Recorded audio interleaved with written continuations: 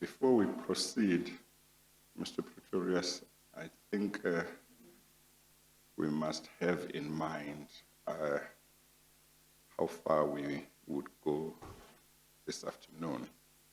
And I don't know whether the arrangement with the President and his team is that we would stop at 4 or 5, or whether, if necessary, he would be available for us to proceed beyond that time. And I don't know your own situation and your team. I'm mentioning that because, one, I don't have an evening session this evening. So if the situation was such that we can go beyond 5 o'clock, I would be available. But the President might have other plans because he might have worked on the basis that we would stop maybe at 4 or 5. But tomorrow we do have an evening session.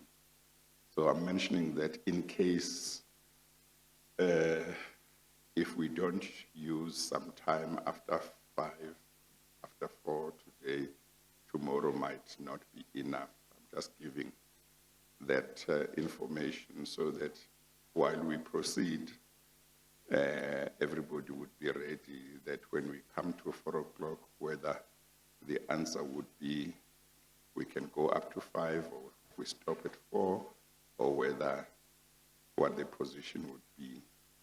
So you might have canvassed that with the President or his team. Yes, Chair, it's been rather tentatively raised with the President's team on this understanding that he does have a country to run. Yes. But yeah. I'm sure that they will express their views either now or when the time comes. Yes. Well, Mr. President, you will indicate what your situation is when either now or later on.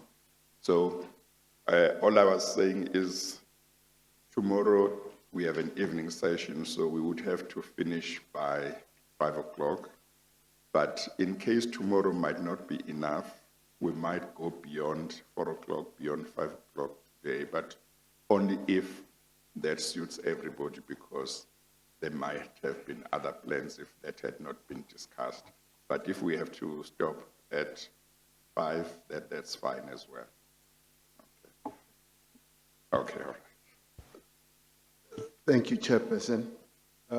We had envisaged that we would stop at 4, yes. But I guess maybe to be accommodative, because there are other issues we have to attend to, 5 o'clock should be fine. Yes.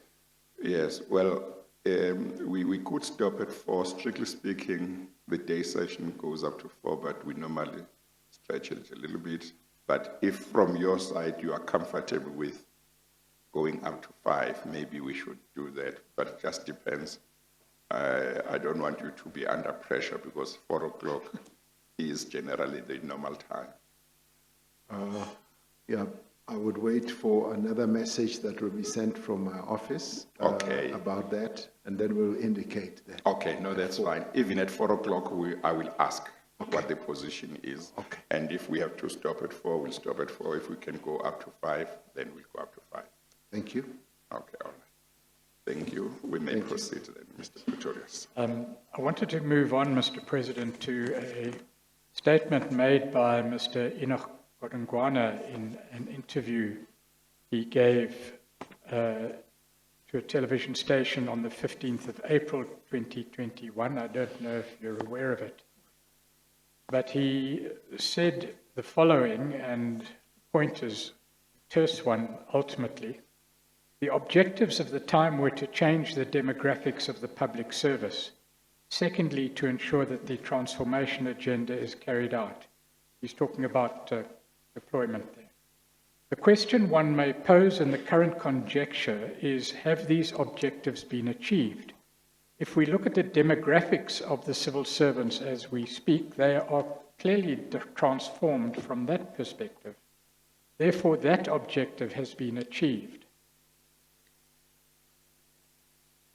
If we look at the second, transformation orientation, I think there is no doubt that it has diffused into the public service as a whole. So somebody may then say, is there a necessity to continue doing so? These are debates that we should be engaged on. As you are aware, at the moment, the Minister of Public Service is looking at introducing a policy of what is called a professional civil service. The debate which is taking place in South Africa at the moment will impact on the form and content of the deployment policy. Simply put, he's speaking about the professionalization policy, which perhaps we can talk about later, not now in this context. But he's asking the question, and I'd like to ask you whether this question is being asked within the ANC at the moment, is whether deployment is necessary at all. Thank you, Chairperson. I did become aware of what Mr. Enoch Godongwana did say, and he starts off his assertion on the basis that transformation was central to the necessity to have a deployment committee. And this started off 1994, because you will recall when we came into government, we found an all-white headed civil service. And it really cut across from the top to near the bottom. And the bottom was largely black people. And the top, the middle, and the below middle were all white. And in the main, male as well. So it was pale males who dominated the civil service. So it was therefore necessary to have a deployment committee that would address that anomaly. But today, we continue to need that type of intervention, because what we are seeking to do is to build a diverse nation. A nation that is united across the various, if you like, cultures that we have in our country, but also gender. And transformation is not a one-day affair. It does not happen all at one go. It is a process that happens over time. And it does need to be guided. It does need a strategic intent. And for instance, one of the key issues I should have alluded to was not only the gender issue, but also the demographic mix. Each time when the deployment committee meets, it looks at that. Are we able to have a diverse sort of deployment of people, so that we don't have an all, say, African component of the civil service, leaving aside white, colored, and Indian, who make up what South Africa is all about. And you therefore need that deployment committee, because that is part of our transformation process. Now, the deployment committee asks itself those questions and seeks to create that balance. Because I've also seen that even in government circles, sometimes it is lost, that focus is lost, and we've always believed that it can be better inspired and it can be better led from the political party point of view. And this, Chairperson, is not unique only to the ANC.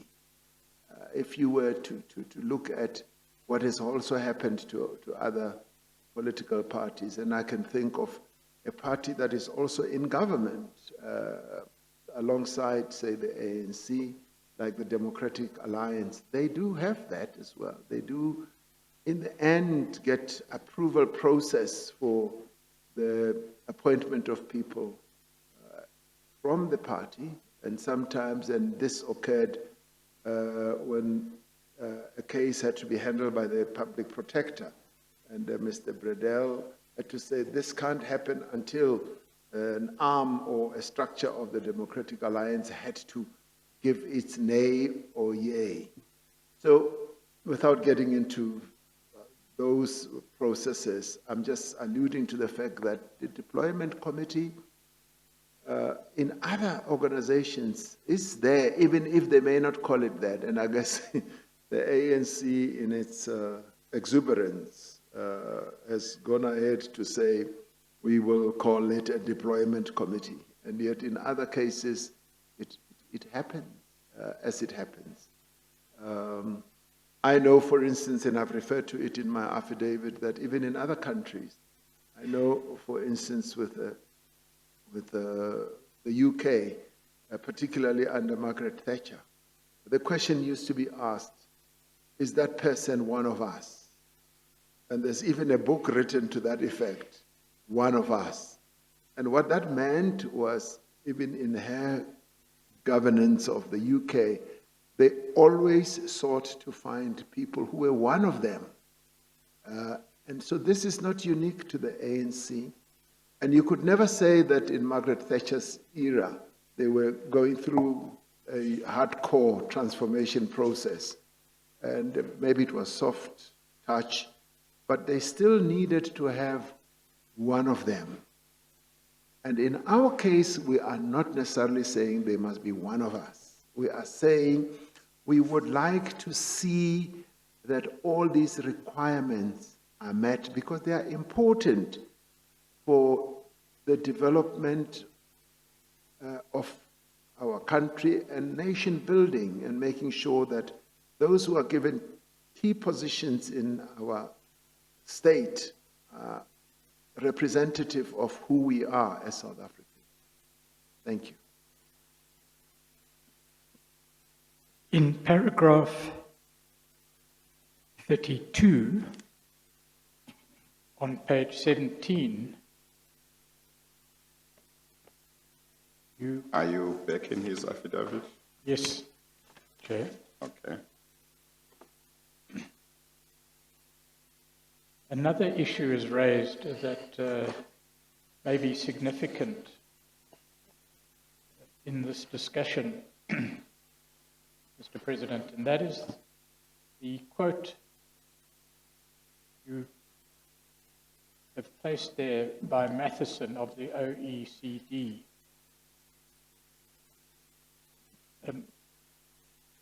That's the Organization for Economic and Community Development, I understand. It's an international organization that has many countries as members. Is South Africa a member?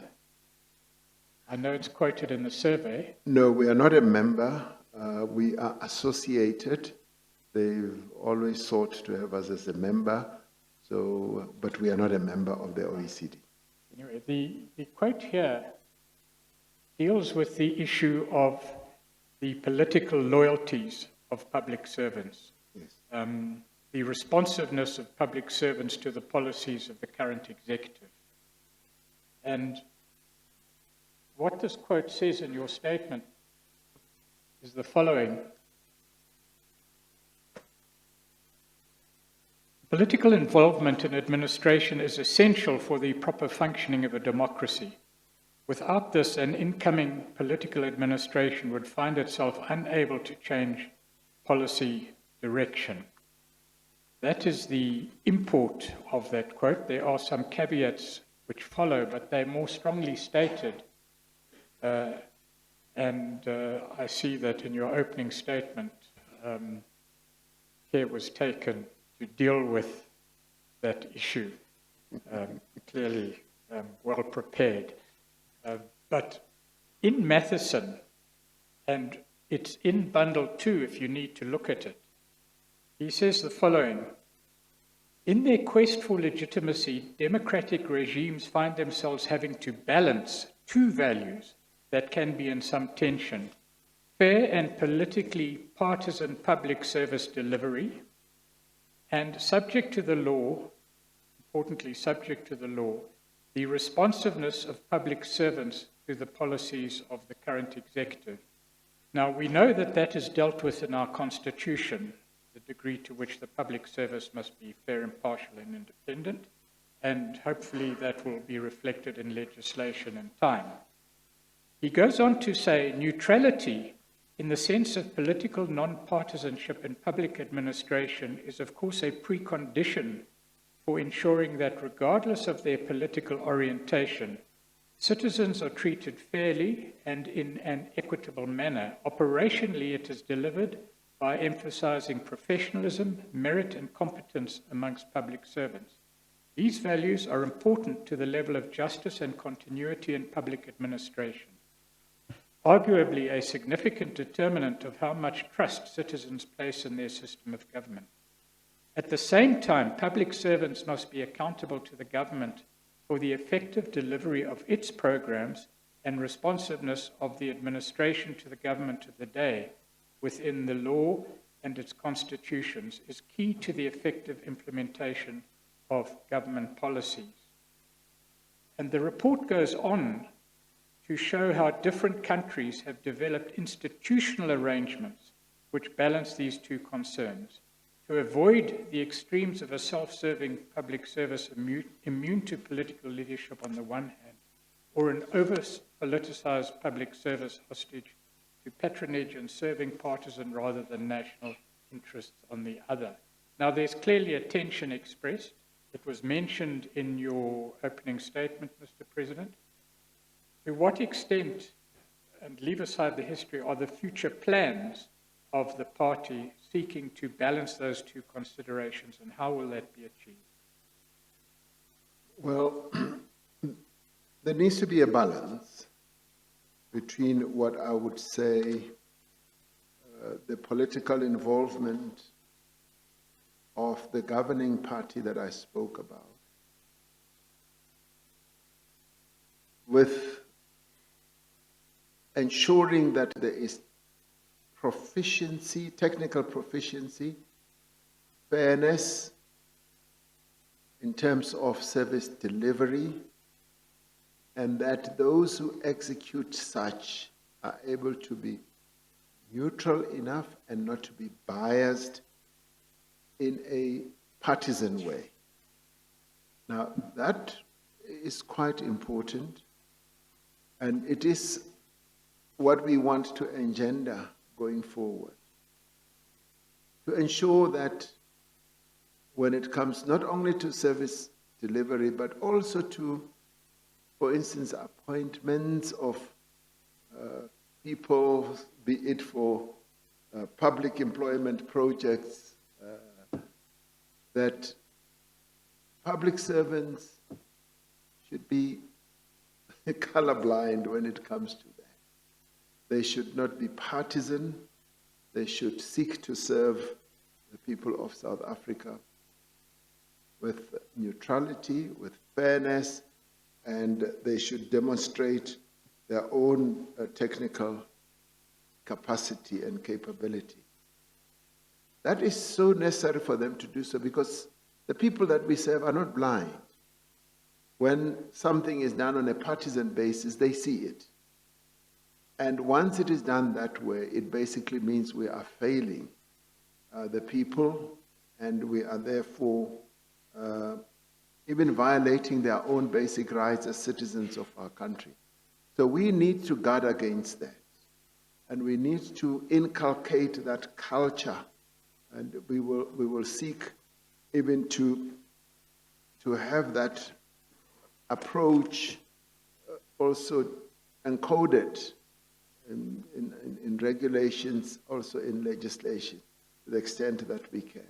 It is so important, and that is why I, in my statement in chief, if you like, referred to the OECD and Mattison and et al., that they put the case so well in that document that much as you can have political involvement, particularly when as a governing party you want to ensure that your mandated positions are adhered to, you do, however, need to balance that with that technical proficiency, non-partisanship as you implement. Because a party like the ANC leads society, and it cannot be seen to be partisan in favor of certain people when it executes. Sorry, Mr. President. It's not my fault. Yeah, no, it's not yours, Mr. President. Will everybody please switch off their cell phones? Okay, let's continue. So it is therefore important, and I would agree with Mr. Pretorius that we do need to have that balance. But I would say that balance needs to have a foundation, and that foundation is what I spoke about. Thank you. Mr. President, you've spoken about a move or intention to introduce a policy of professionalization of the civil service. What problems would that move seek to address? And what is envisaged? It would seek to address the problems that we have had where, and I think Mr. Godongwane refers to that in his interview, where we do have, and admittedly so, we do have some people in our civil service who are ill-qualified, who are not that fit for the purpose, who do not have those qualifications that are necessary. Now, we want to professionalize the civil service, and that will happen in a variety of ways. And we're not talking about trucking people out. We're talking about capacitating those people, having them properly trained. And that is why the School of Government, the National School of Government, has moved into top gear now. Moved into top gear in the sense that it's really literally come alive in terms of its curricular offerings, in terms of ensuring that many cohorts in the civil service do attend certain courses. And we do want to move to a point where, nearly everyone in the public service, from president right down, does attend lessons and courses at the School of Government on an annual basis, where I, even as president, would know that I do need to go and spend a week at the School of Government and to address that incapacity that we have. Say, for instance, the grouping of people who are ill-qualified should be capacitated, courses should be crafted for them, and they should acquire the necessary skills. So professionalizing the civil service, that would be part of that process. But also going forward, it would mean that we then appoint people who are fit for purpose, people who are well experienced. But of course, when we get the young people into the civil service, the issue of experience is not something that, it's actually something that the young people have said, please discard that, because we want to come in, and once we are in, then you should equip us with all the necessary skills. And I have agreed with young people that exactly what we should do, and we should now find a way of encoding that. But in the end, professionalizing the civil service means that we want to increase the capacity of the state. That is something that I am really, if you like, obsessed about. Because many of the challenges that we face in terms of implementation of our decisions and our policies revolves around the incapacity that we have in the state. And it is a fairly straightforward matter that we can address through this professionalization, through getting people who are fit for purpose, who have the experience and the expertise, and if need be, we go out and seek them out and headhunt them so that we bolster the capability of the state. And that way, I think we will have achieved a great deal in this era of reforming processes that were damaged in the past. Yes. In your preparation, Mr. President, you've no doubt been forewarned of the answer to the parliamentary question by the Minister of Public Service and Administration, Mr. Chunu. In a reply to a question, he stated, according to information from Persal, that's the accounting system for government employees, as at 15 February 2021, there are currently a total of 9,477 senior managers employed in the public service. Out of this total, 3,301 members do not have the required qualifications. However, it needs to be stated that many departments do not capture the qualification information on Persal, and therefore the information in the tables below are skewed. This information also excludes the Department of Defense and State Security Agency. However, the statistics need to be adjusted. There does seem to be a quite serious problem about qualifications in the public service. And is that problem recognized? That problem is recognized, and that is precisely the problem that we will now address through the professionalization of the public service. Now, it is a lot of people, 3,301. And I would say we are not about to chuck those people out. If anything, we as the state are to blame for having brought in people who are ill qualified. We therefore need to address the problem, but we need to address it humanely. We need to address it taking into account the mistakes that we have made and the human rights or the rights of those people as per worker, employer. And what it then calls on us to do is to be innovative, to be very creative of how we are going to capacitate all these people. And it's not like, they are dunderheads or they do nothing. They're doing something, and we just need to channel their capability, their knowledge, and their ability to do the work. So it is recognized, and that's precisely what we are now going to be addressing. The good thing, Chairperson, is that we have recognized the problem. And often when you address problems and try to find solutions, you should first know what you are dealing with. You must know your business. You must be able to count what you are dealing with. And once you've done that, then the solutions will come quite more easily, and you are then able to execute.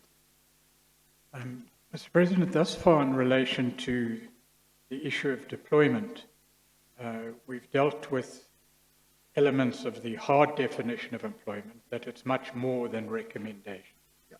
And we've dealt with the softer definition, which is that it's recommendation only, and we've looked at the exceptions that fill the space between. And I think there's been a fair statement on your part, if I may comment, shouldn't, that regulation in the form of legislation and policy reform is underway. But there is an aspect of appointments that may well fall right outside the question of deployment. And that is what has happened in the period under review in the past. And we've heard some 3 years of evidence of appointments which may have something to do with a definition of patronage. You've used that word patronage, and we'll come to that in due course in a different context. But if we look at appointments, particularly within state-owned entities in the past 10 years, and I'm going to just recite a few for you and ask for your knowledge and comment. In Transnet, Mr. Molefe, Gama, Ramasabudi, Peter, Singh, Sharma, Makwanazi, Shane, Seleke, Mabaso, Danel, the entire board, including the chair, Prasa, Eskom, Molefe, Singh, Koko, Machila, Nkobani, Pamensky, Matona, SAA, Udumiyeni, Law Enforcement, Arthur Fraser, Tom Mayani, Burning and Clemenza, Sean Abrams. Now, clearly it would be unfair to discuss with you all the evidence relating to each particular appointment. But there is a common thread, certainly, in the evidence that goes through all of these appointments and the dismissals associated with them, that they have been linked with certainly a definition of patronage. I'd like to ask you, please, what your knowledge was of these, what your comment is. Did these have anything to do with the deployment policy? Did the existence of the deployment policy have any relationship to these appointments and dismissals? I know that I'm making a cardinal error in questioning here, but this is a commission, not a court, and I'm rolling up a whole lot of questions into one, and if I carry on, the DCJ will take me to task. It's after lunch, Mr. Pretorius. Yes, Well, continue. maybe I'll be excused for that reason. What was going on here? What was your knowledge? Yes, that is quite broad sweep, I must say. It's a broad sweep because each one would need to be looked at on its own merits, and you will find that a number of those never even featured in the deployment committee, and I will need to do some recalling to see whether any of those that you've counted ever even featured, and to my recollection, not really. And let's accept, Chairperson, that some of those deployments were done in a particular era and in a particular way. And right now, as we look at that first slate, where they're able to look at it and say, we actually need to do things differently. Move away from those types of deployments that happened and that ended up being, some of them being deployments that were not fit for purpose, as I said in my opening statement. And so I would not now be able to particularize each one of them because they happened as they did, and right now, I would say the deployment committee would not have dealt with a whole lot of those. And I would say that the deployment committee today would deal with matters in a way that we've outlined. The professionalism and all that would be the real focus. Well, perhaps the problem lies with the question in that it's too broad and too general. And in that sense, to ask for a particular approach, put it at its least optimistic. But the first point is that there has been evidence that there were appointments influenced by or made by the former president to fit another purpose, an ulterior and illegitimate purpose. Were you aware of that? That evidence known to you? No, I was not, as I said in my statement and in the bulk of my statement or affidavit. And as I said, some of these state capture issues became only evident in time as we moved on. And that is why I even referred to the statement by Minister, let me call him Comrade Fikile Mbalula, for purposes of the type of evidence I'm giving now here. Because when he mentioned in an NEC meeting how he had come to know about his appointment, even at that time, we were not alive to the fact that there was state capture and there was something horribly wrong going on. So some of these appointments would have happened in that course of time, and one, with hindsight, then became aware that there was a common thread, and if you joined the dots, you would find that there was something that was amiss that was really happening. So at the time, and some of them would have happened even before I was even deputy president, the process had been ongoing, and only became evident much later what actually was happening. One interpretation of past events, Mr. President, is that the deployment committee, certainly for a significant period of time during these appointments, and you were chair at the time of that committee, as I understand it, was entirely bypassed in these appointments. In other words, the ideal, as it should have worked, procedures that you've outlined today were not applied, and in fact, the deployment committee was not involved. Was there not then a duty on the deployment committee to put its hands up and say to the president, look, these appointments are happening without our knowledge, what's going on? There were some appointments where the deployment committee was not aware.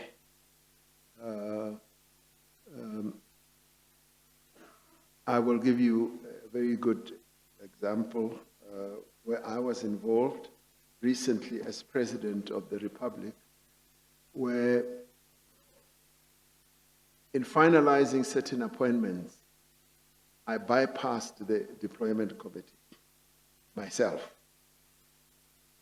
And on realizing that, I immediately went to the Deputy President, David Mabuza, and I said, I finalized these appointments without reference to you as the deployment committee.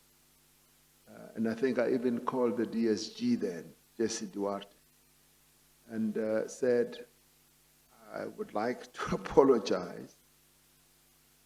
But more than that, I'm even prepared to come to the deployment committee and explain myself. And I did. And I said to my comrades that ordinarily I should have washed these or brought these to you so that you can either make recommendations. I didn't. I was in a hurry to have these appointments. And it was mea culpa, and it was accepted as such. It has happened, even when I was chair of the deployment committee, where some deployments were finalized without reference, and one will admit that and accept that. And on those occasions, I would personally go to the president and say, President, you have shortchanged me and the deployment committee here. We were supposed to be primed and informed about this appointment and that appointment, and it would be, mea culpa. But the appointment had been made and announced. Now, the approach that I have taken now is that it's important to ensure that our structures are involved, because they play a key role in all these processes, so that those types of mishaps don't happen. Now, I would never say that it was intentional. Like in my case, when I did not approach the deployment committee, it was not intentional. It was inadvertent. It was one of those errors that one made, and fortunately one was able to own up to it. So there are those that have been made in the past, as you will have heard from the evidence that was presented to you, without reference. But I thought I should give you a context of how some of these would have happened. And they did happen. We cannot deny that. Right. Insofar as they did happen, and insofar as you've stated, you took this up with the former president, the response was an acknowledgement and a mea culpa, as you said. Yes. Fortunately or unfortunately, we don't have time to go through each one, but the general principles are clear. May I ask this, Mr. President? Does the deployment committee ever go public about people that it has recommended for appointment in terms of speaking publicly? Chairperson, no, it never goes public. Yes, It has never been heard yes, to go public, but yes. the deployment committee does express its disquiet and dissatisfaction, may I say, in the case that I was involved in now as president. It was members of the deployment committee who raised the concern, which prompted me finally to go and address them, and that was accepted, but they never, not a single one ever goes public. Well, I raise that because, and it may be that can be dealt with later, but you may or may not know much about it because I think you would not have been a chairperson of the deployment committee at the time. I've had evidence in this commission relating to, for example, Mr. Siyabonga Gama,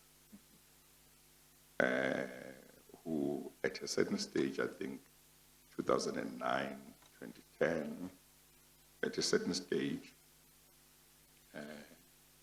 was one of applicants for the position of Group CEO for Transnet, or was suspended as CEO of TFR, which is a division of Transnet. And in the media, there was a lot of talk about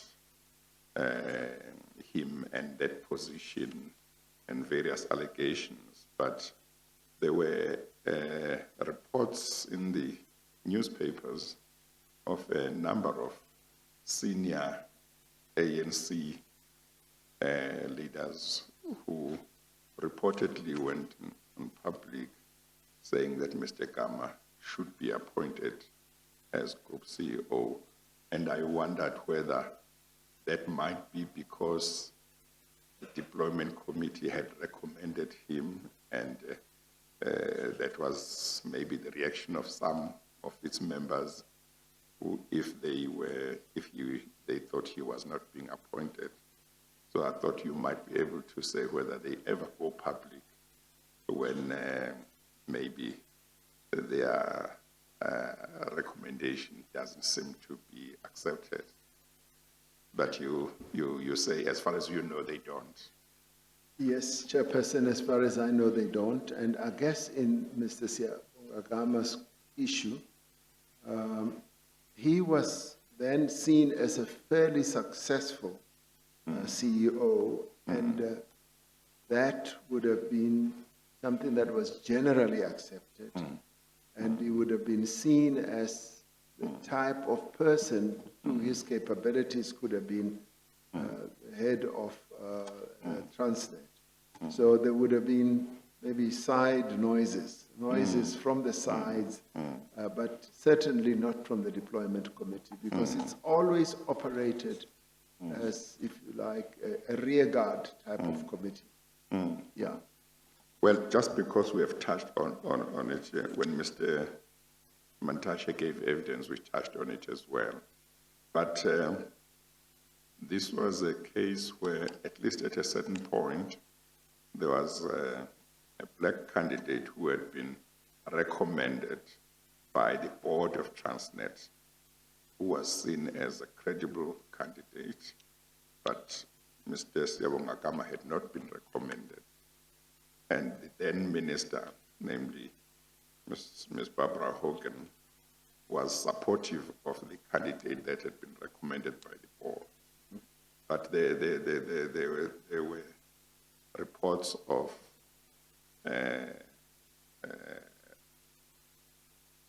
criticism of why Mr. Siyabonga Gama was not the one who was recommended or was not being appointed. I think Mr. Mantashe told me that he had not been aware of a black candidate having been recommended, because I think, at least from his point of view, he was looking at the issue of black managers being given opportunities to lead some of these parastatals. So there was that concern to say, if the problem was that there should be a change in the CEOs of parastatals, what was the problem? Because here was a black candidate who appeared to be credible, and nobody appeared to have issues with him, who was recommended by a largely black board that had been appointed by the ANC government.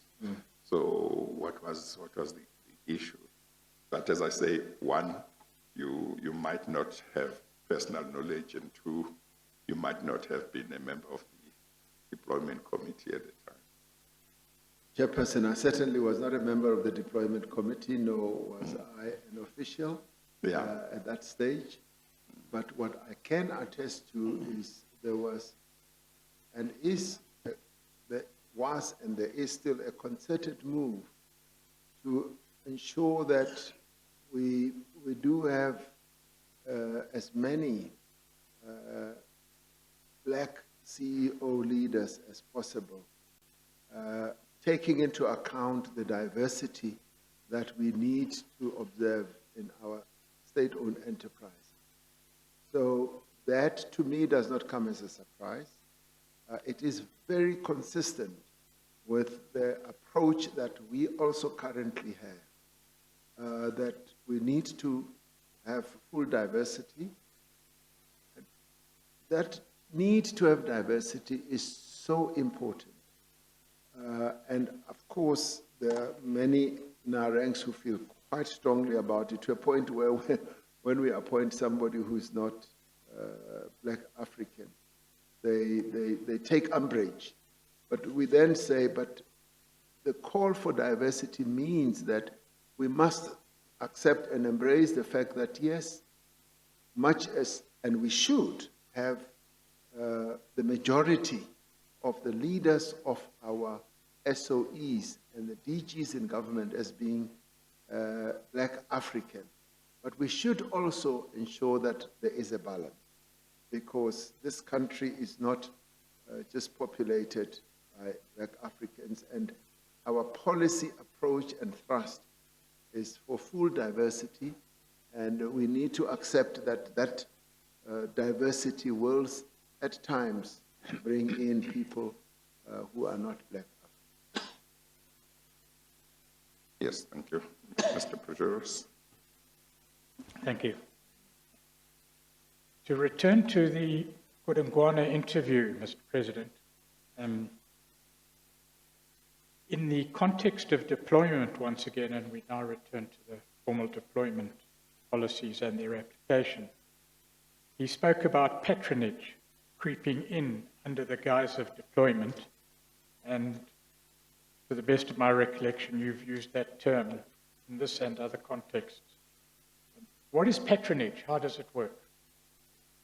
Patronage would mean that you appoint someone who is not fit for purpose, who is put in a position to advance certain sectional interests, someone who you know will never really be able to execute the task properly, or someone who is being appointed in return for some other either favor or some other process that needs to be met.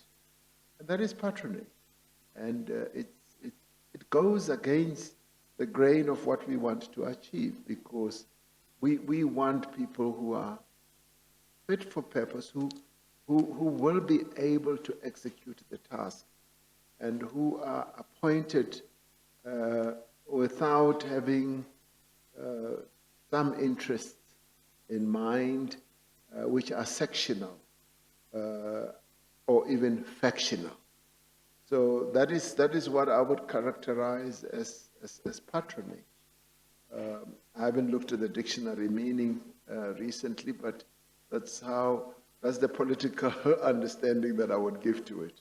Would it include appointing somebody who, as you put it, not fit for purpose, who is not qualified for the job, or maybe meets just basic standards or requirements, but there are other people who meet and surpass those standards, but particularly one who doesn't qualify because he or she will feel that she has been done a favor and therefore owes the appointing authority something, loyalty, because otherwise he or she could not get this job, and therefore the appointing authority thinks that there are good chances that such a person will be pliant. Does it include that in your view? Yes, Chairperson, not only be quiet, but be compliant.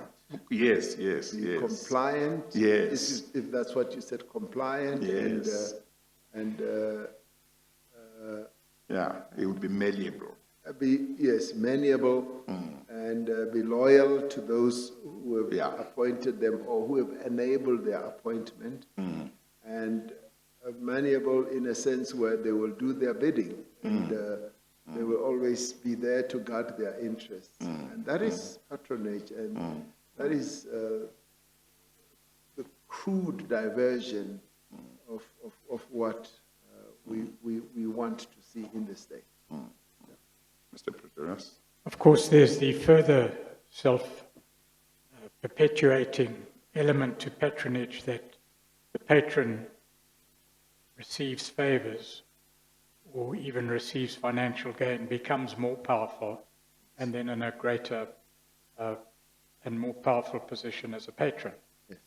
Has this happened? And if it has, how is it intended to be dealt with? Well, as we have said, and which we've dealt with in the African National Congress, we've recognized that this is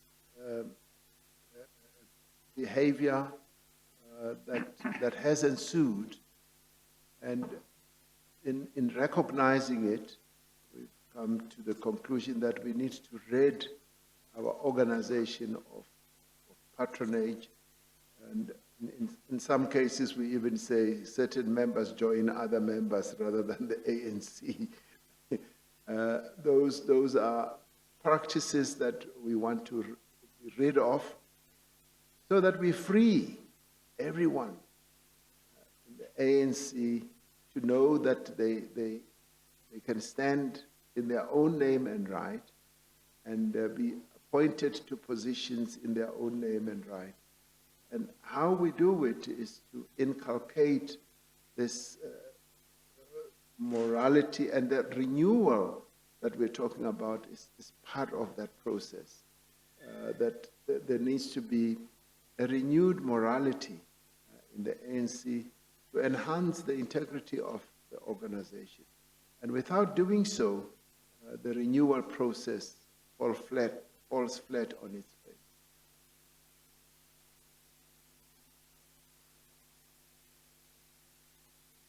In fairness to those who've given the evidence, and in fairness to yourself, Mr. President, I need to put to you certain passages from the evidence that have told the chair of the hard interpretation of deployment.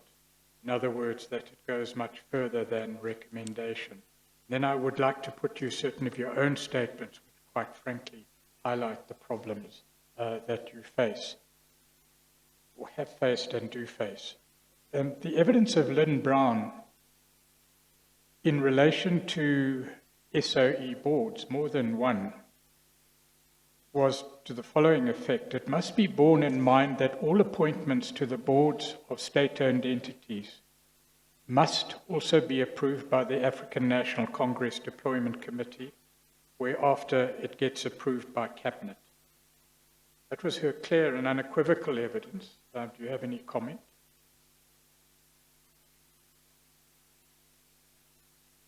And this was in the period 2014 to 2015, at least. Yes, that is where the interpretation of this recommendation process would come in. And that is why I did refer to the role of the minister.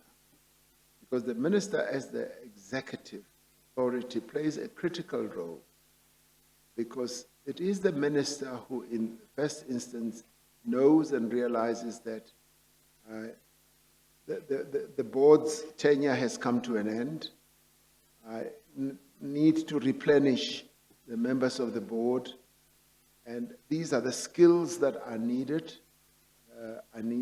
We need accounting skills, corporate governance skills, financial skills, you name it, environmental, and so forth. And we need to have a gender balance.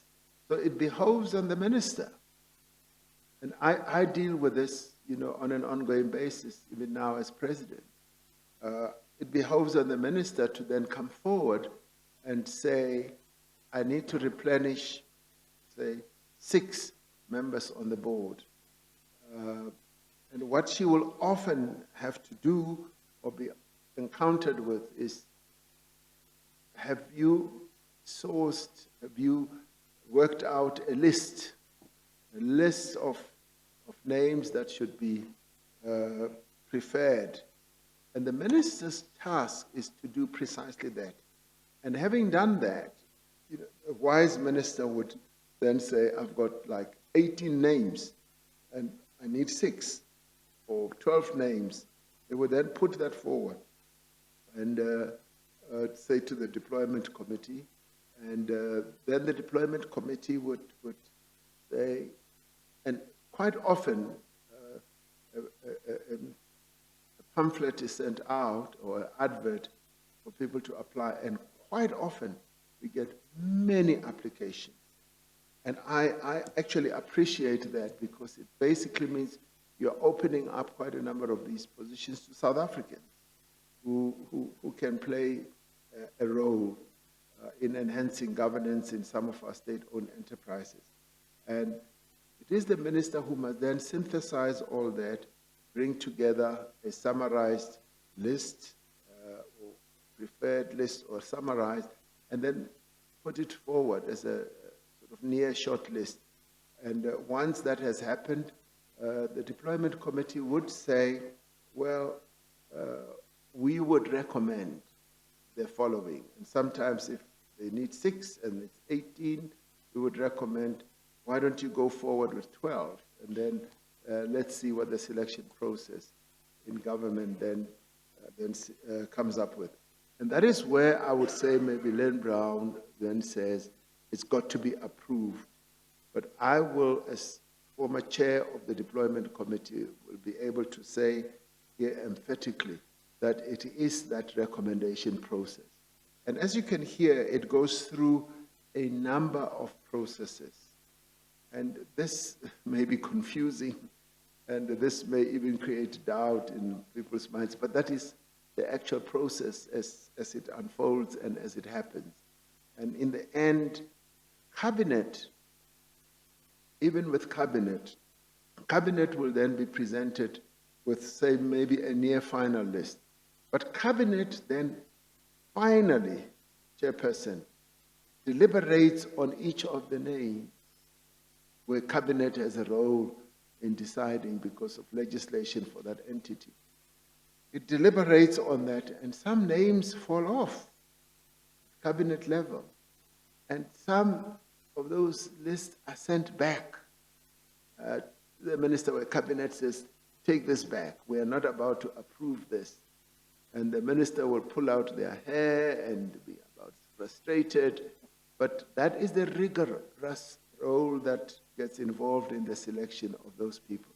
And may I add that even at deployment committee level, I know of ministers who've been there 3 times or more just to get a list recommended.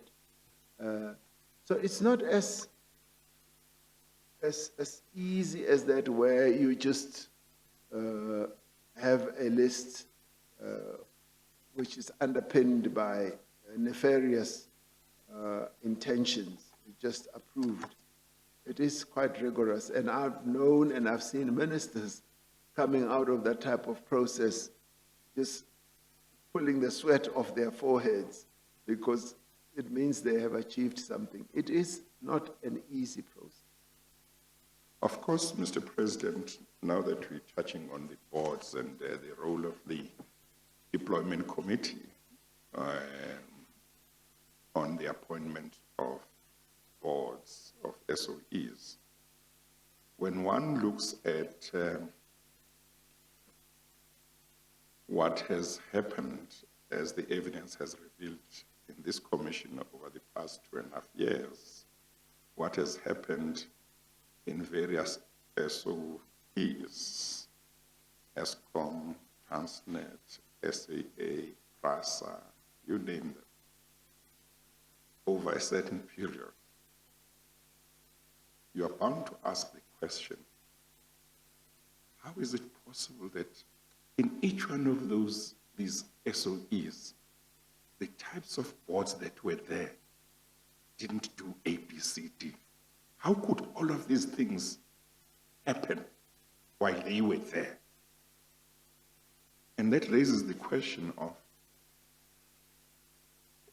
how were they appointed?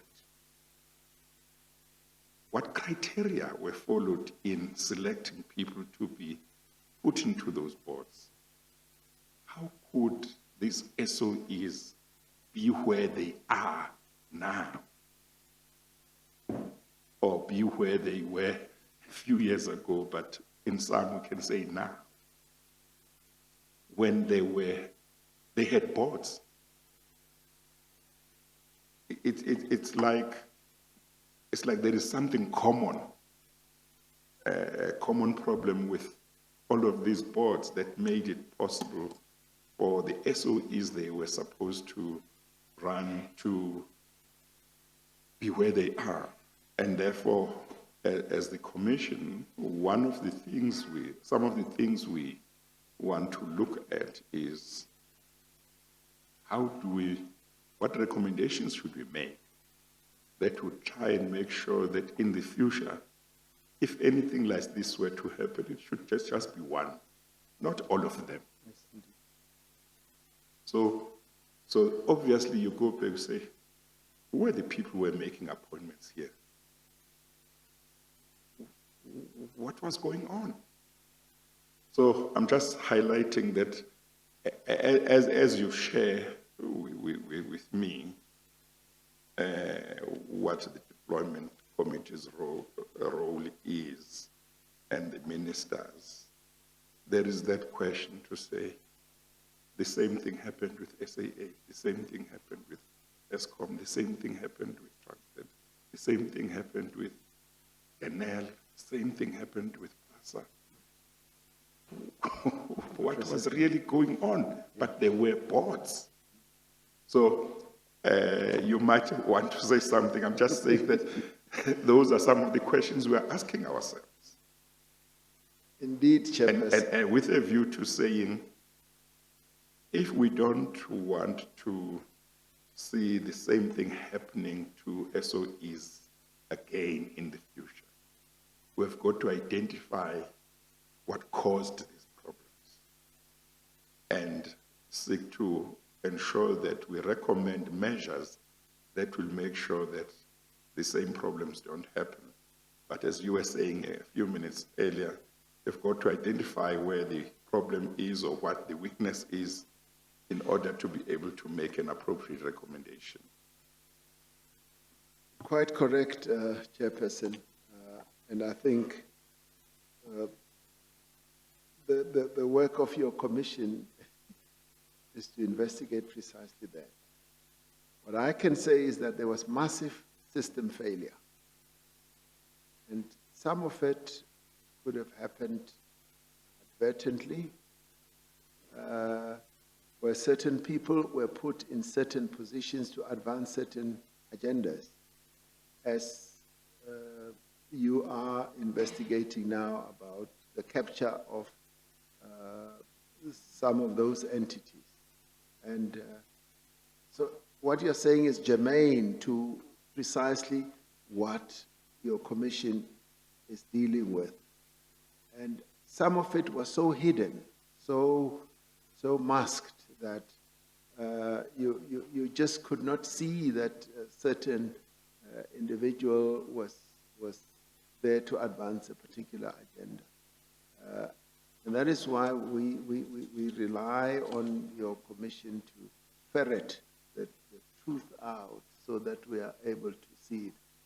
But as regards going forward, and which is where your commission will make recommendations and will be able to overlay some of the reform processes that we are involved in, we will want to have a completely new chapter. We must open a new page and be able to say, when it comes to state-owned enterprises, we've come from a horrible past that converted some of the really top-performing state-owned enterprises into the shadow of themselves today.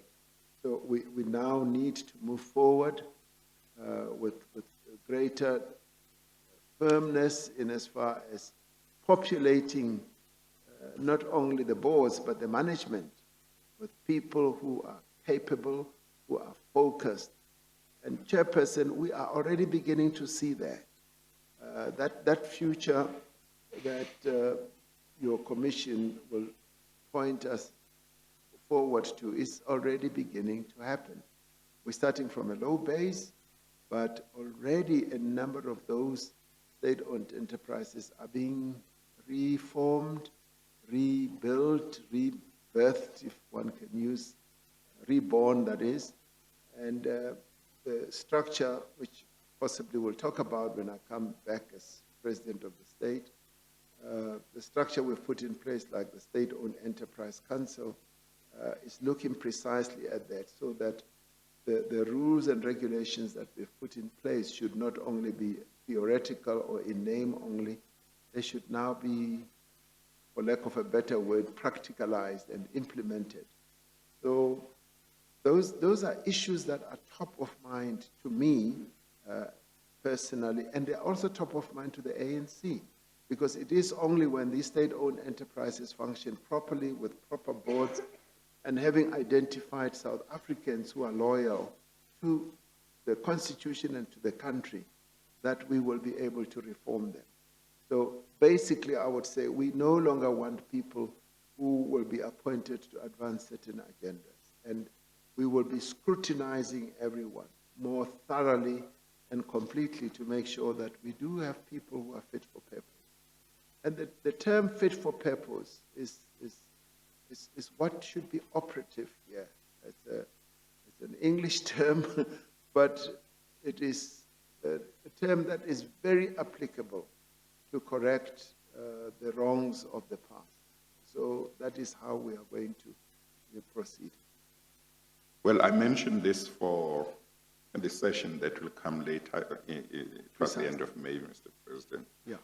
And the legal team may or may not have included this in the scope, but I mentioned it. That one of the things that I want to know is, in regard to various SOEs, is what did the executive know? Because the situation was deteriorating from a certain point.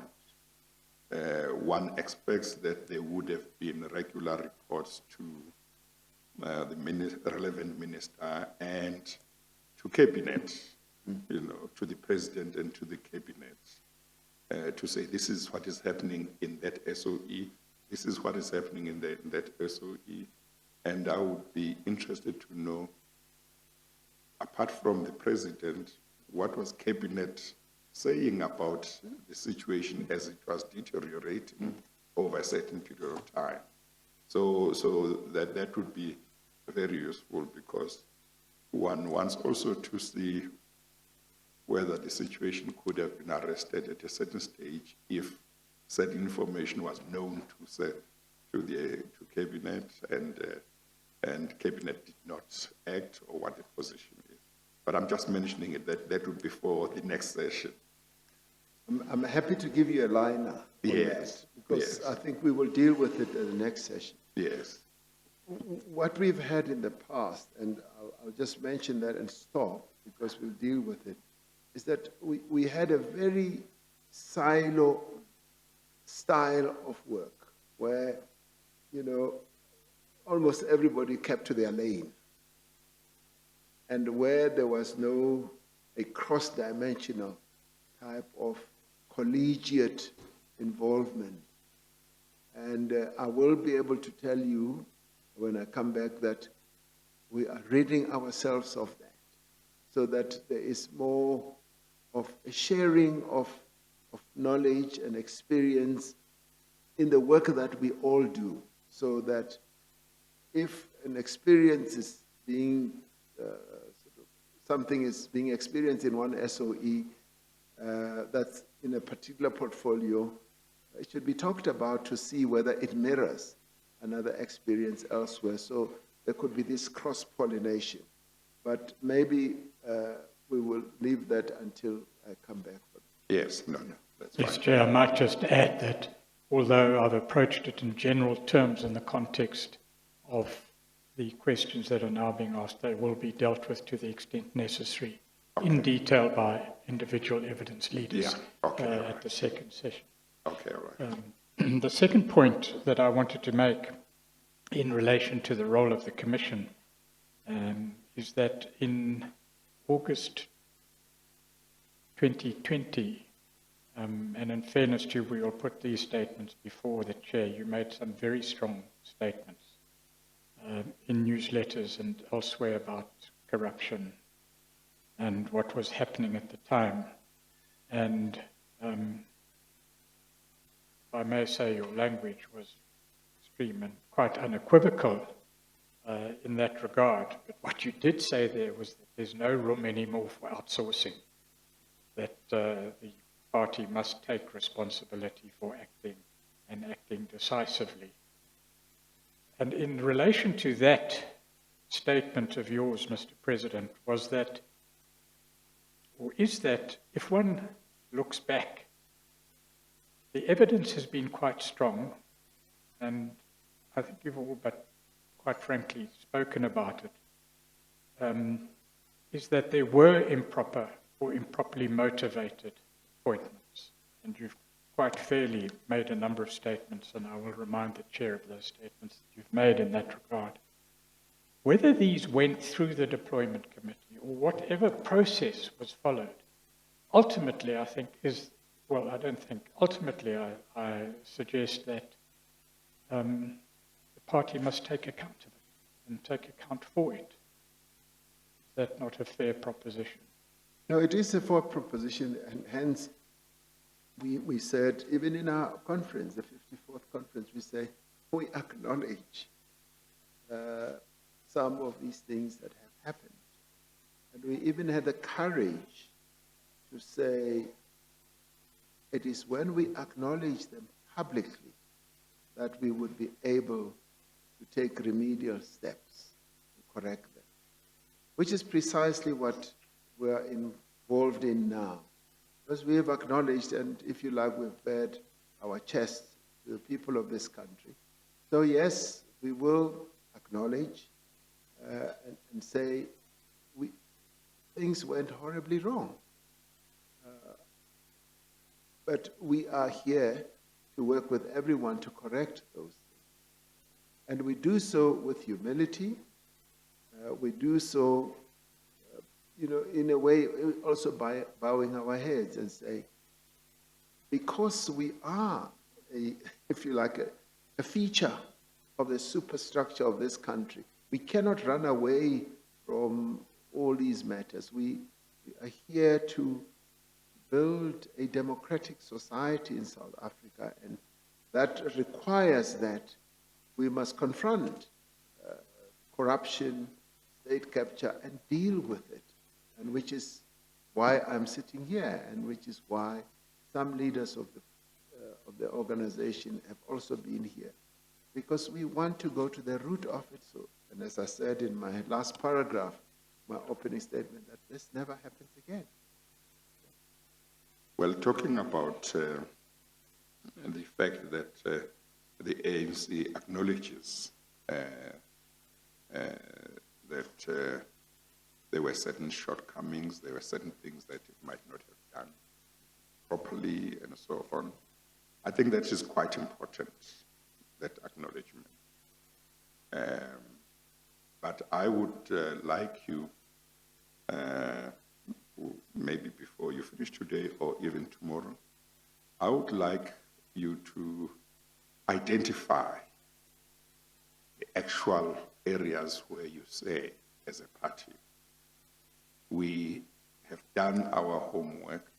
We think this is where we didn't do what we were supposed to do properly. This is where we did something we shouldn't have done. So we identify exactly areas where, as a party, you say, here we didn't do things the way we should have, and we acknowledge.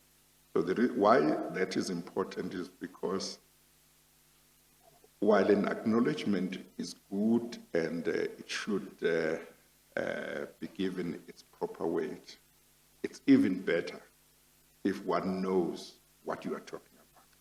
Because when one knows what the party is talking about and says this is where we accept we went wrong, then one can look at what should be put in place for the future so that there is no repeat.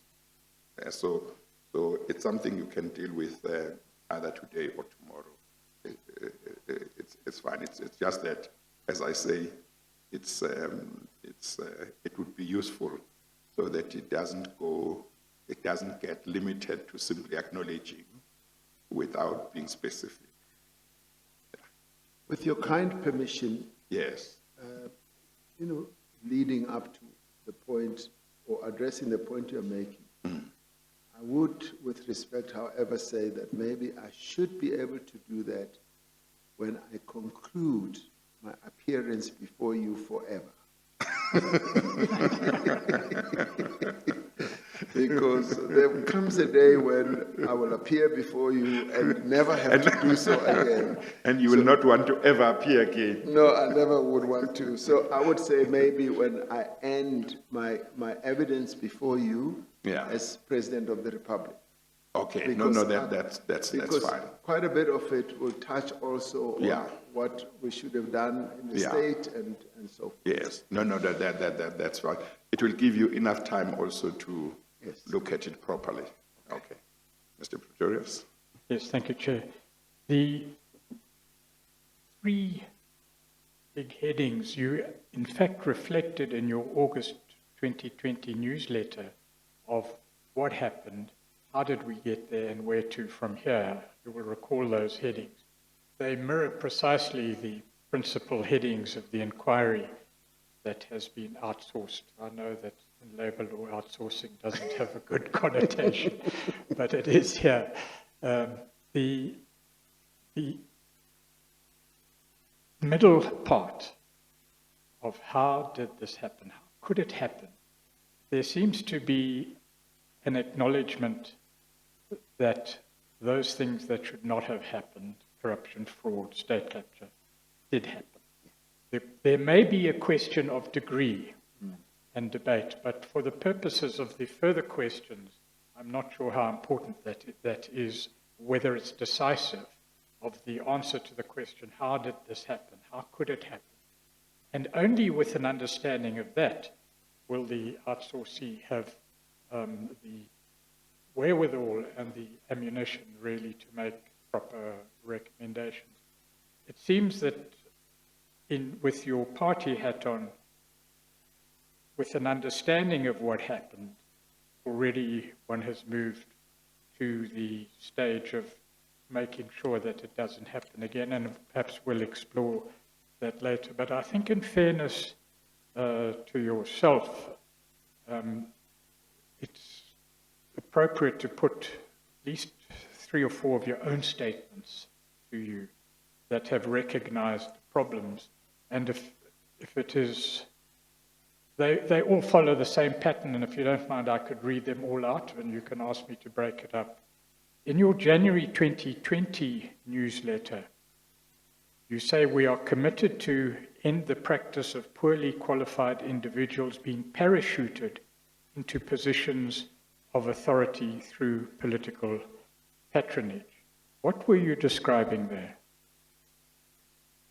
Precisely the issue I was talking about, that where we do acknowledge that there were and may well have been people who were put in certain positions when they were ill qualified, when they were certainly not really fit for purpose, but they were appointed. And whether it was clear at the time or not that they were advancing certain agendas, would not even be an issue then, but the ill qualification seemed to testify to some patronage behind that.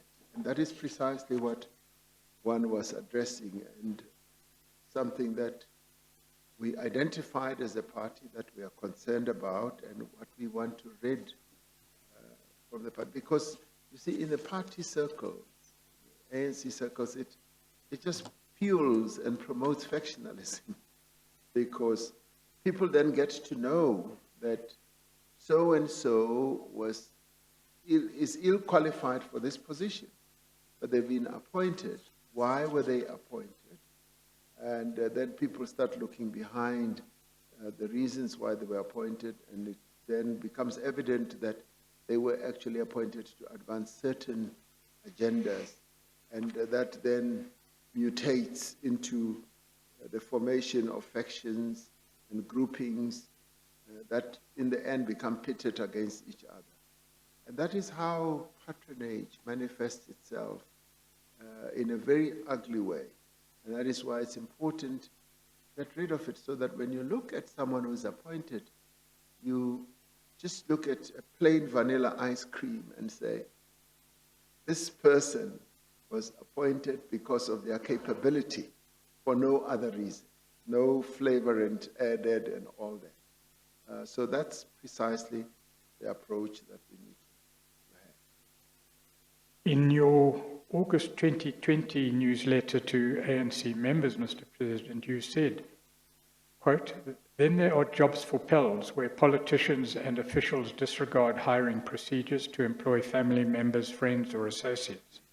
Not only is this grossly unfair to other prospective candidates, but it often means that the people employed are simply not up to the task. Public services are not rendered, public institutions are poorly managed, and public funds go to waste. Then, if I may put the next one to you, in your March 2021 newsletter you wrote, all too often people have been hired into and promoted to key positions for which they are neither suitable nor qualified. This affects government performance, but also contributes to nepotism, political interference in the work of departments, lack of accountability, mismanagement, and corruption. So under the first head, the problem is recognized. How do these things happen? And in the regulatory process that you're undertaking, how would you address them? They happened, and they have happened, and the more we talk about them, the more we raise everybody's consciousness and awareness of it. I was in the Free State yesterday, and after addressing the Freedom Day occasion, a number of ANC members wanted me to greet them, meet them. And one of the issues, I had to receive a memorandum from a group of 4 people who were representing what they call was a business forum. This very issue is precisely one of the issues they raised. they said, we have a problem, there are jobs for pals, people are overlooked, there is no fair way in which people are appointed, and this is like at the municipal level, and they were raising it in a very fervent manner. And you could see in the way they were raising it that they were deeply concerned about it, as they should be, because it evokes anger and the feeling of being overlooked by the state, and it also just demonstrates unfairness, which people recognize. And I went to a bigger meeting, and precisely the same thing was also articulated. So this thing of patronage, of jobs for pals, is something that is abhorrent, that people see, notice, and what should we do about it is a very relevant question.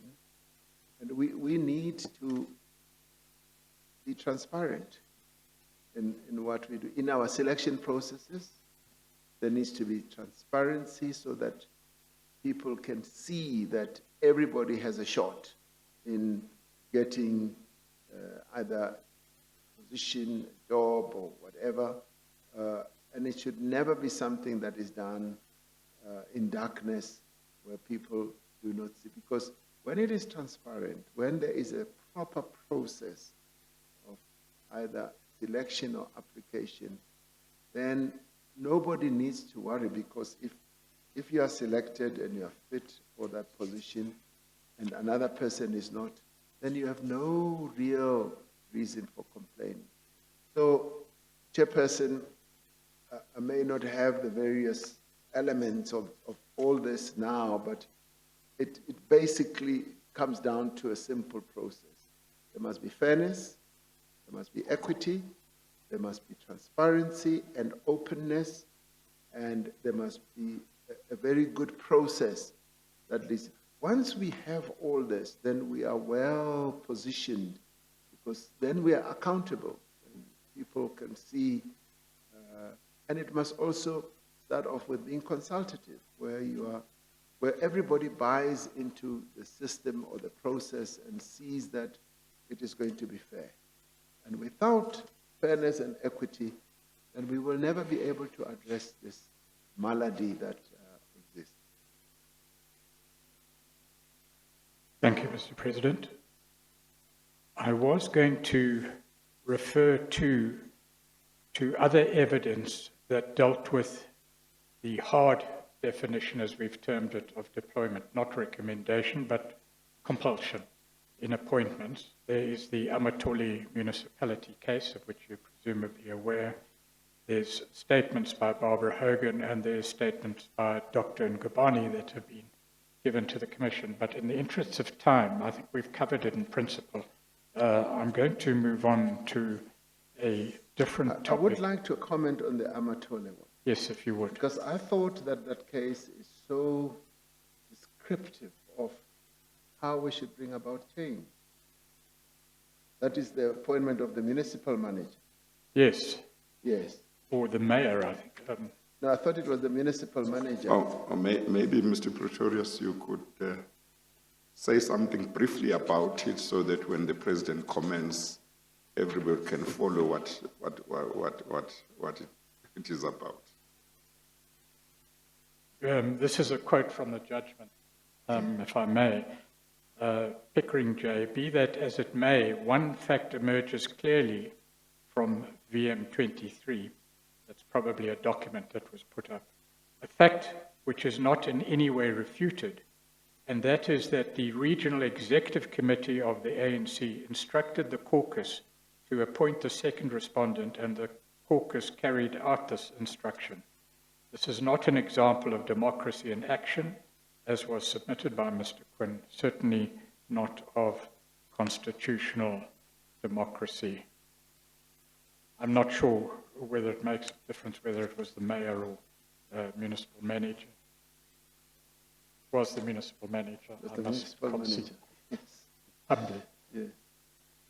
I mean, that one is Mr. Chairperson, is so relevant in addressing the issues we're dealing with about getting a person who's fit for purpose, where a person who is fit for purpose, who even in the interview process clearly demonstrated that they know the job. And when the other one was interviewed, they recognized his lack of capacity, but still went ahead and appointed him. And then they said, we recognize it, but we believe that this person will really improve going forward, without adding other elements. And I would put that in a distinct way with say, when we bring in young people, we are saying we need to bring young people in, even without experience, because we need to prepare them to play a role going forward, and then we capacitate them. So that is separate. But in this case, the person who was finally selected just did not have the wherewithal, and they disregarded the person who was more qualified. They then were unhappy and took the matter to court, and the court said that person who had been rejected should then be appointed. Now, this is where we bring in courts to do what we should do ourselves as a political organization. We should be the ones who say, this is the right way of doing things. These are the people that we should appoint. And I highlight it because in many ways it points us to a future that we must have. If we recognize that the other person who was appointed wrongly had shortcomings, we need to prepare them, help them, but still appoint the person who is going to advance the interests of the people as a whole. And we don't do that, and finally we are guided by a court. So I'm saying, in a way, that is the outsourcing process, a variation of the outsourcing. We're outsourcing what we should do to a court, and when we shouldn't. Yes, yes.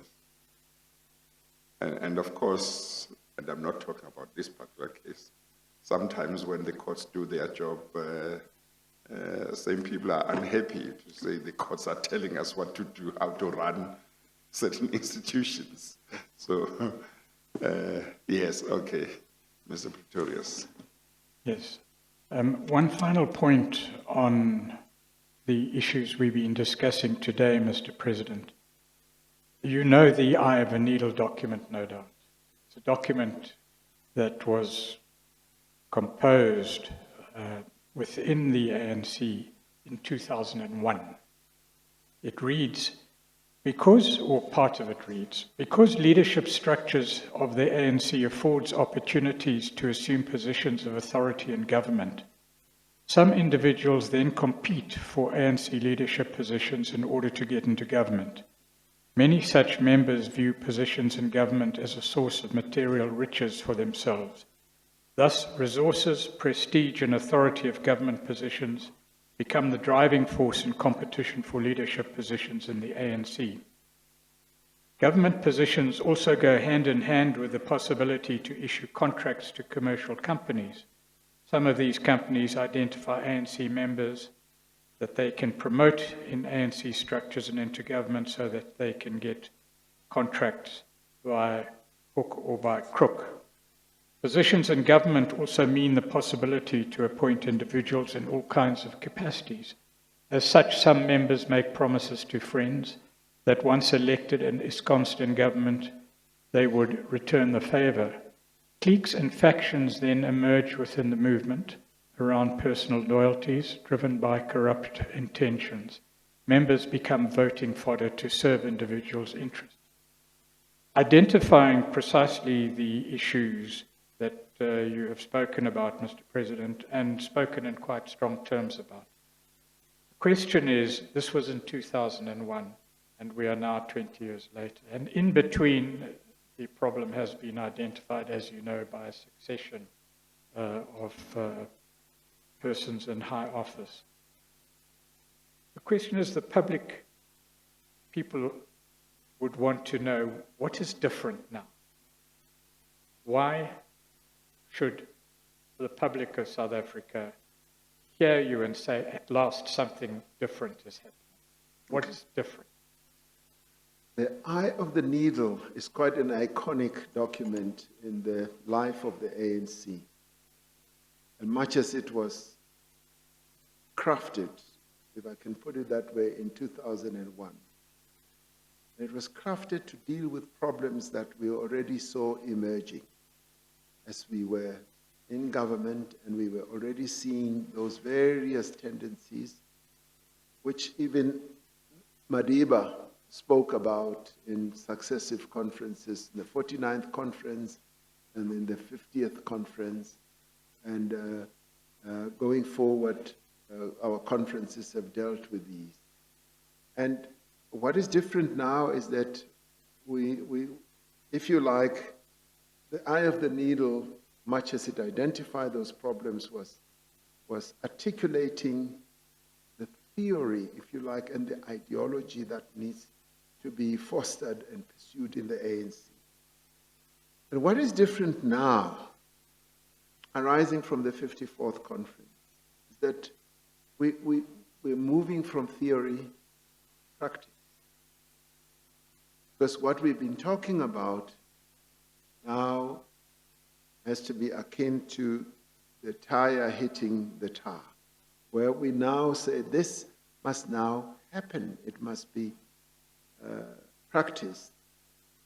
And that is why, even when the NEC met, was it in August, it said that we're drawing a line in the sand. And that is not being said lightly. It was the NEC that, after much debate and discussion, felt that we needed now to draw a line in the sand and say, this is what the ANC is about. We are an organization that should return back to its founding values, these principles adopted in 1912. We should be the type of organization that is fit to be the leader of society in our country. So that is what I would like to suggest and say is different. The Eye of the Needle, I would say, I'm glad you have read it, it's the most beautiful document that sets out what are the problems. It provides an in-depth analysis, but then it also talks about the ideal situation. And the time has now arrived for us to grasp the nettle and then restore the image of the African National Congress. I would say, Kenako, this is the time. Hopefully we'll have time tomorrow to deal with your August 2020 newsletter. You used much stronger language than tar hitting the road, but we'll leave that until tomorrow. Okay. If we may then, Chair, in the meanwhile, I've received a very stern note from the right-hand side of the room, your left-hand side of the room, the office of the President, saying 4 o'clock and not after. I'm at their disposal. Well, Yes. is the President, I guess, confirms that 4 o'clock, or? Yes, I'm at their mercy because they know my program more than I do. No. Control his diary. No, it's fine. We will adjourn at 4 o'clock then. But I don't know, Mr. Pretorius and your team, you're in a better position to make an assessment whether tomorrow there may or may not be a need to go beyond 4, maybe up to 5, because if there would be, it would be better that we talk about it now so that the President then knows that tomorrow he could give us up to 5. Yes. But it may well be that your own assessment is such that we won't need to. But I would like us to use as much time as we are able to, subject to the President's situation. I forgot to add, in the bargaining process, there is an offer to start at 9:30 tomorrow. Is that from the President's side? Yes. Yes, yes, no, that's fine. We could even start at 9 if that was suitable. I'm easy. I think it was George Bernard Shaw who said Well, to his friend, he apologized. He didn't have time to write a short letter. He apologized for the long letter. So what I will do tonight is concentrate on trying to do precisely that, abbreviate the... Well, because the President says even 9 o'clock would be fine, let's start at 9 o'clock. That's fine. Yeah. Yes, I'll be up Well, by then. Mr. Pretorius, if the President says 9 o'clock is fine, Yes, I have no answer to that whatsoever. you are from the Commission, you can't complain. I won't, Chair. Okay, so that's Not fine. loudly, anyway. We'll stop at 4 this afternoon, and tomorrow we'll start at 9. Fine, Okay. thank you. If we can move, Mr. President, to a new topic, and that's party funding. You deal with that at page 25 of the affidavit, paragraphs 51 and 52.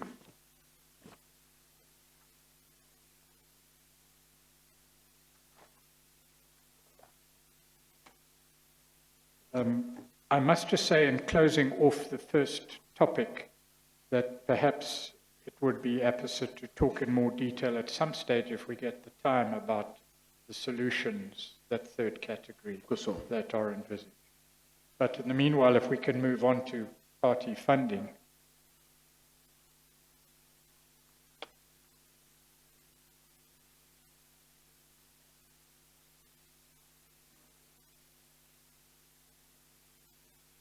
And if I've left anything out, you'll draw my attention to it if you need to, Mr. President. Yes.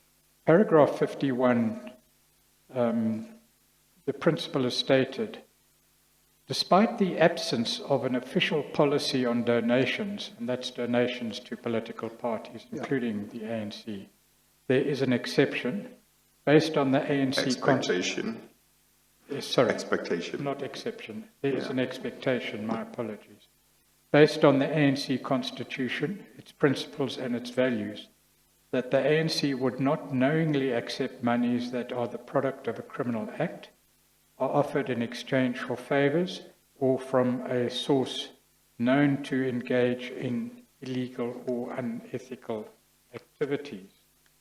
Paragraph 52 reads, I have heard that evidence has been presented to the Commission that suggests that the ANC may have been the recipient of donations from individuals and companies that receive contracts from the state, including in instances where the awarding of those contracts are alleged to be or to have been unlawful. Before we get to examples, if those examples are necessary at all, the principles are stated in your statement, and the breaches are stated in your statement. Is that discrepancy between the principles and the breaches recognized? First question. And second, how is this being dealt with, or will it be dealt with? Yes, the principle is quite clear. The ANC would not knowingly receive funding from tainted hands, either tainted in the form of the donor being involved in acts of criminality and all that. So that is very clear. The breaches themselves would happen in a way where maybe it is after effect. For instance, businesses do donate money to all manner of organizations, including political organizations. And sometimes when they do so, you don't know that those donations have come from entities that have been involved in unlawful contracts. that presents us with a problem because the money has already been donated, and to a political party it is often very difficult to say because their political parties are always strapped for cash, especially the ANC, because as money comes in, it's used for a variety of activities that you would say, no, a refund is possible. So the issue of the breach happens after the fact.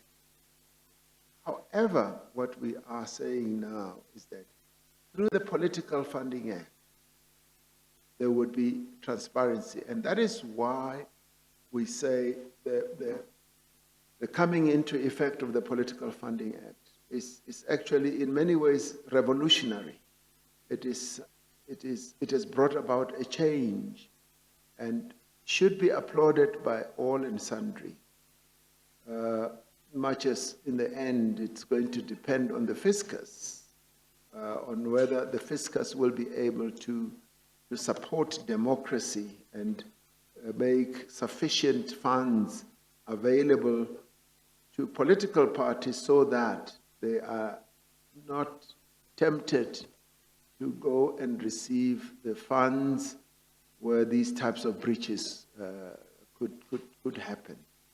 So I would say, looking forward, Chairperson, we've got a saving sort of dispensation that is going to enable us to open a new chapter in regard to advancing our democracy and political funding, funding for political parties. It's something that is new and which we should welcome and applaud, because it rids us of all these processes where political parties receive funds from tainted entities. We can deal with the example of SASA, at least in general terms. It must have been known to parties in government, in the administration and in the executive, that BASASA was heavily reliant on government contracts, certainly in the Department of Correctional Services, if not other departments as well. It must also have been known that the ANC itself benefited, at least in that elections war room and in certain well-publicized events that took place, the former president's birthday party, for example. And there were others. It may have been, as you say, that evidence about bribes. Those events took place in dark corners. But how could it happen then that the party continued to receive benefits from a company that relied heavily on government contracts without a thorough investigation of what was happening there? Chairperson, it did happen.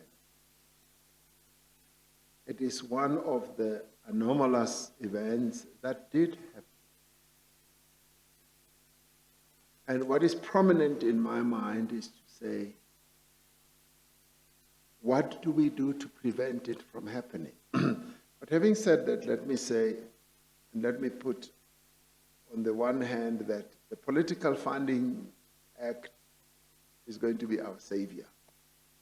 On the other hand, we should also say that if, for instance, a company donates money to a political party, and it so happens as well that in some way or fashion it does business with government, but that funding is not being given to the political party in return for getting contracts and all that.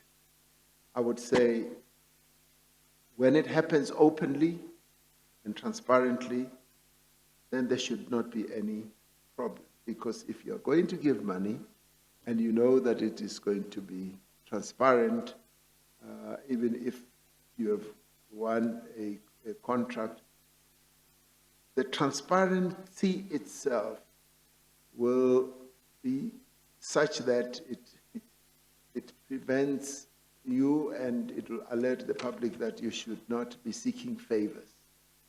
So I put that in a different category. So the transparency, the openness, for me, is the biggest savior. And also the limitation to the amount that should be given, because the limitation of the amount that should be given is going to stop any entity being able to have an overarching control over a political party. But in this case, it did happen. And there's no way of running away from it or even hiding it, because it did happen. That company, Bosasa, had contract with government, and it funded an ANC election room and all that. I would say, having happened, unless there's something criminal about it, which should be pursued following the investigation by the Commission, we should now say, how do we make sure that we move to a new situation where we do not have a capture of that time? And that's what I would say. Of course, Mr. President, when it comes to a company such as Bosasa, a question that arises when one has regard to the number of years that it was enjoying contracts with government departments. Yeah. Number one. Number two, having regard to the fact that allegations of its involvement in irregular and corrupt contracts in government departments were all over the media over a long period of time.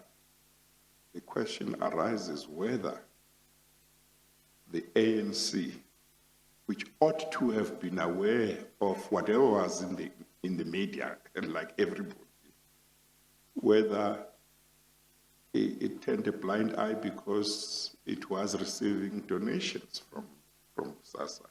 That kind of question arises. Certainly, Chairperson, it does arise. And in part, it is one of those issues that you want me to address. Yes. Which yes. I have said that I would address at the end. No, that's because fine. You're absolutely right. The ANC should have been aware that there are all these problems in relation to this company obtaining contracts unlawfully, unfairly, and all that. It should have been aware. So it is one of those issues that I will address myself. Yes. Well, for what it's worth, I just mentioned in passing that when I was hearing evidence relating to parliamentary oversight a few weeks ago,